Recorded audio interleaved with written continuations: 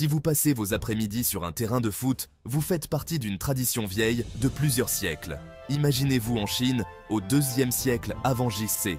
Des enfants jouent au cuju, tapant un ballon en cuir à travers une petite ouverture dans un filet. Remontons ensuite au Moyen-Âge en Europe, où le jeu était un peu plus brutal, sans règles fixes et pouvait impliquer des villages entiers. Mais les choses sont devenues un peu plus sérieuses dans l'Angleterre du XIXe siècle. Les écoles ont commencé à organiser des versions structurées du jeu. En 1848, la première tentative de standardisation de ces jeux est apparue avec les règles de Cambridge. Ce n'était que le début.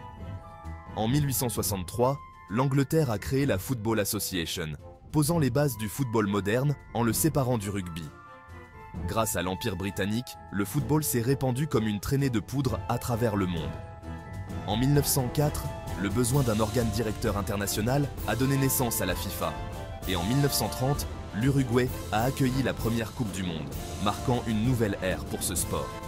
Aujourd'hui, le football n'est plus seulement un jeu, c'est un pont entre les cultures, célébré par des milliards de personnes. C'est le passe-temps préféré du monde.